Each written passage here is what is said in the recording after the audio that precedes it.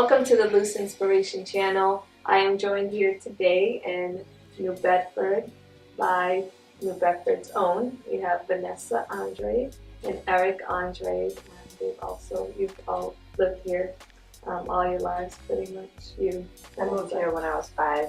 Okay. But I guess I'm old enough now to say that that's pretty much the majority of my life. Yeah. And Erik, I know you're from Providence, Rhode Island originally. Yeah, I came out here for college and lived here for a couple years for college, and then moved away for a while and came back. I've been here since 2009. Again. So, yeah. And you guys are spoken word poets. I just wanted to also introduce you as that. Also wanted to kind of make this a little bit different than what I'm used to in terms of how I conduct my interviews typically for the Loose Inspiration channel. I wanted to come over and have a conversation with a friend. You know, I know that Erik and we have extensive conversations around many, many different topics, and I feel like it's really important to get those topics out there. And the two topics that I do have in mind for us today are topics around self-image and self-love. So I know that you two are very insightful in both, and again, we've talked about this many times, and I definitely want to capture that today. I'll start with you, Vanessa. I know that you have an initiative that you're working on. Tell us a little bit about that.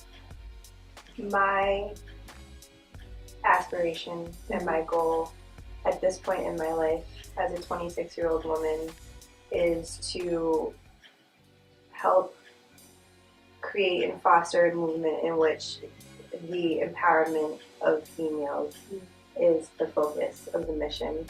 Just because, you know, I keep looking back to the younger years of my life and, you know, remembering the clothes that my mother wore and the music that she listened to and the message that I feel she embodied as, you know, just an overview of what that time was all about. And I feel like this generation now and this society that we're living in now is completely lacking in role models that I would want my kids to grow up emulating. You know, I feel like there are no role models who are my age or younger that have very positive messages and ideals that they're trying to promote to young girls and young women. And I feel like it's very much become about image versus, you know, having an image but then also having something meaningful to say. Right. So it is my goal to somehow, you know, use, you know, my poetry and my spoken word and just my voice in general just to help create a platform for women to just know that it's okay to be empowered for something besides your beauty. Right. Because that's the first thing to go. Yeah.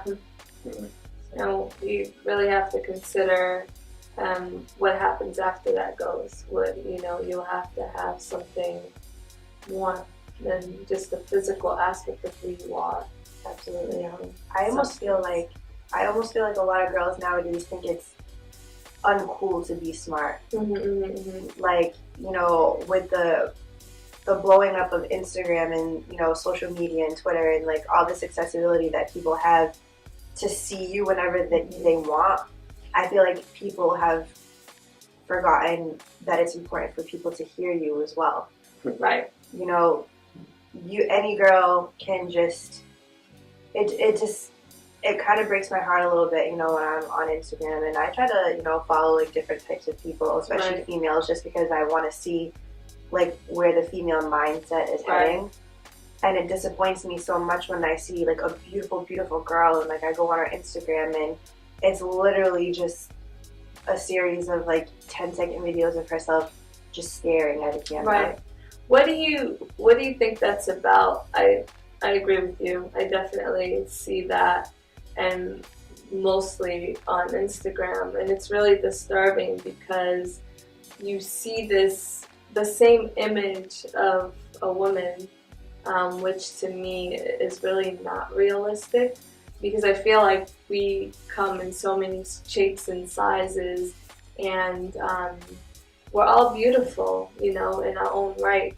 The particular image that's out there that we're trying to emulate and we're trying to compete against, and most of the time also, if they're not real images of women. Right. They're not. That's real. the hardest part about it for me, is because, like, I'll just go for it, but it's like everybody's got this whole idea that they can contour and highlight themselves into looking like something that they don't. Right. And I know that particularly because I worked as a makeup artist for almost 5 years, and it became a point at some time that one of our initiatives as a business and as a company was to make sure that every single girl who got in a chair that I did their makeup for, like, learned how to contour and highlight their face. Now, when you really go into that and you get nice with it and you know what you're doing, it's essentially like giving yourself plastic surgery. Right. You can literally make yourself look like somebody that you don't, like, you don't wake up like that. And then it's like, all right, so there's like this whole thing with makeup is like a crazy trend now, and everybody, is hopping on the bandwagon, and I think that's great. I think that makeup is a very beautiful tool that you can use to, enhance and even just express yourself creatively as a person.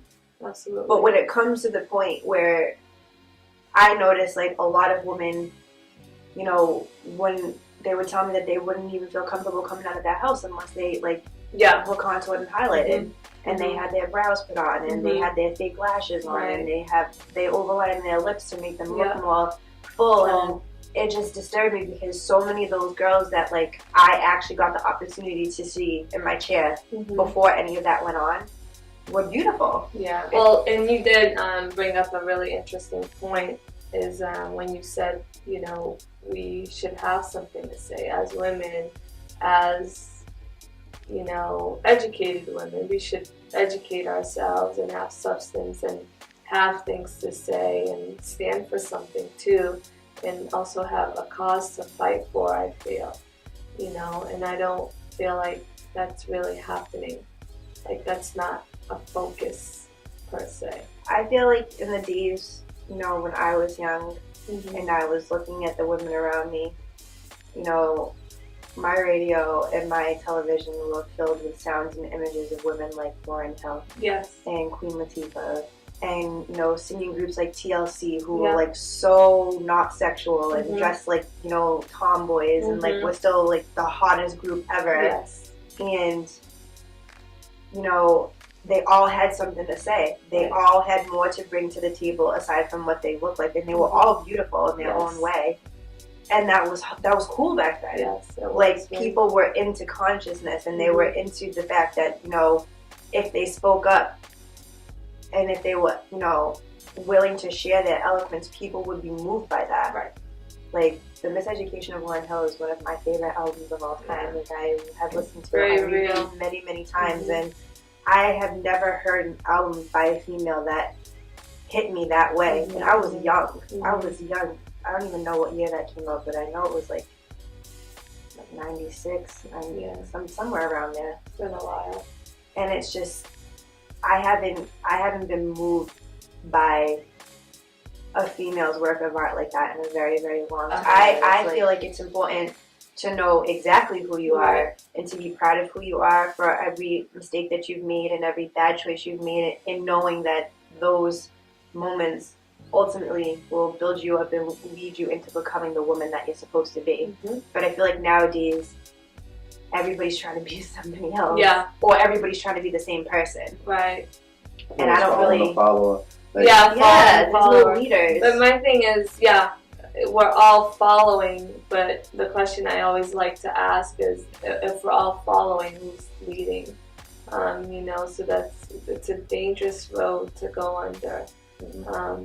So we would like your male perspective on self-image and how, just an insight on what you see today.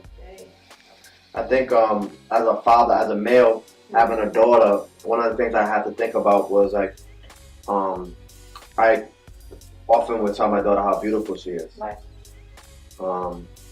And there was a point in time where I had to start self-reflecting on the fact that I'm telling her that, but I have to consciously, like, because she's a woman, it was something that I naturally told women, is that they're beautiful. You know what I'm saying? Like, that's a compliment that is geared towards women, and when the idea that men have of women is beauty.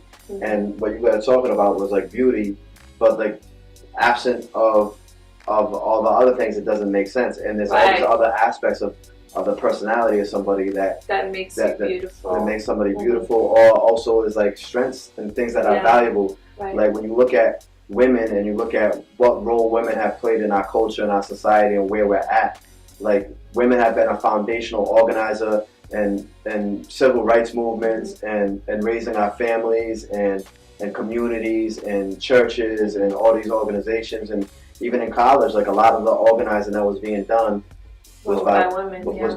When you look at social work, a lot of the work that's being done in the community is by women. Mm-hmm. When you look at education of our youth, most of the teachers are women. So like that being the case, like women have all these other important roles that they play, and a lot of times, like you were saying, unfortunately, there's been a divorce of all these other aspects of womanhood. Like you mentioned Lauryn Hill, and thinking of Lauryn Hill, like you see all these lists that come out about greatest rapper of all time. Yeah. I would say arguably she's the greatest rapper of all time. Yeah. She's the greatest rapper of all time. And some people talk about sales, or her sales are there, like, but that's not what I value in terms of the art form. Right. Her art form, like when you listen to Mystery of Iniquity, her single album, her acoustic album, which people didn't gravitate towards because it didn't have beats and stuff like that. Yes. But lyrically, bar for bar, what she's saying in that is really amazing. Mm-hmm. And what I like about what you're talking about as a father of a daughter, and I like her being around women like y'all, is because like I want my daughter to know that, yo, it's cool to be intelligent, and it's cool to read books, or it's valuable, like, you know what I mean? And I feel like women don't realize their power. Mm-hmm. You know what I'm saying? Like the power women have of influence over men. Mm-hmm. A lot of what we do as men in our lives is around having the attention of women.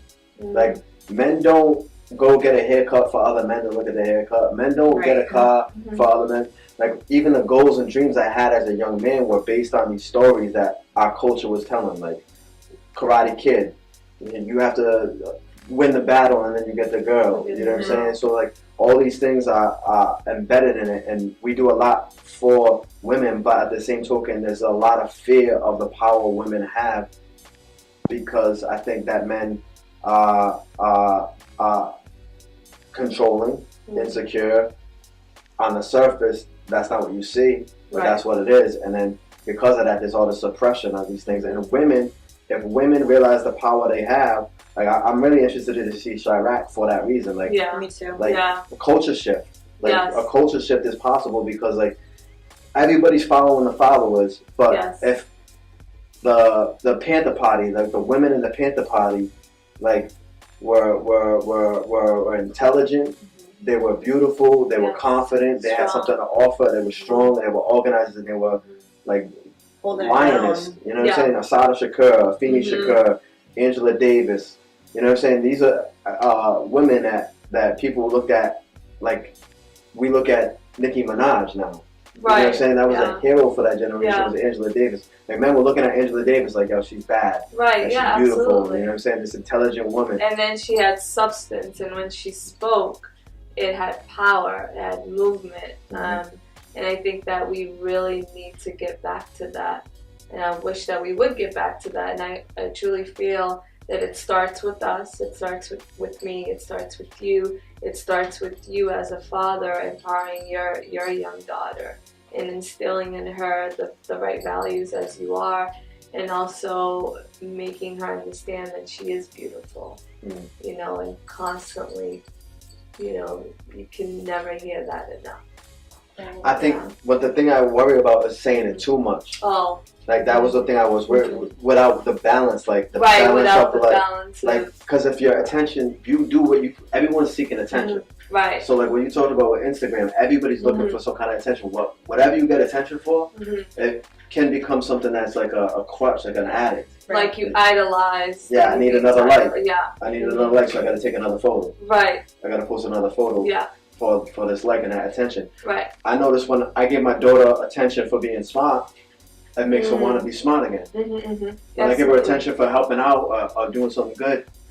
So if you give women attention for being beautiful, right. then that's what their behavior becomes a learned behavior. Right. What you're used to getting attention for is beauty, and then the question comes down to the standards of beauty. Yeah. Do you fit into the standards of beauty, or what do you do when you don't fit into that idea that you have in your head? Where do you then conform? And now your value's gone? Yeah. Yeah.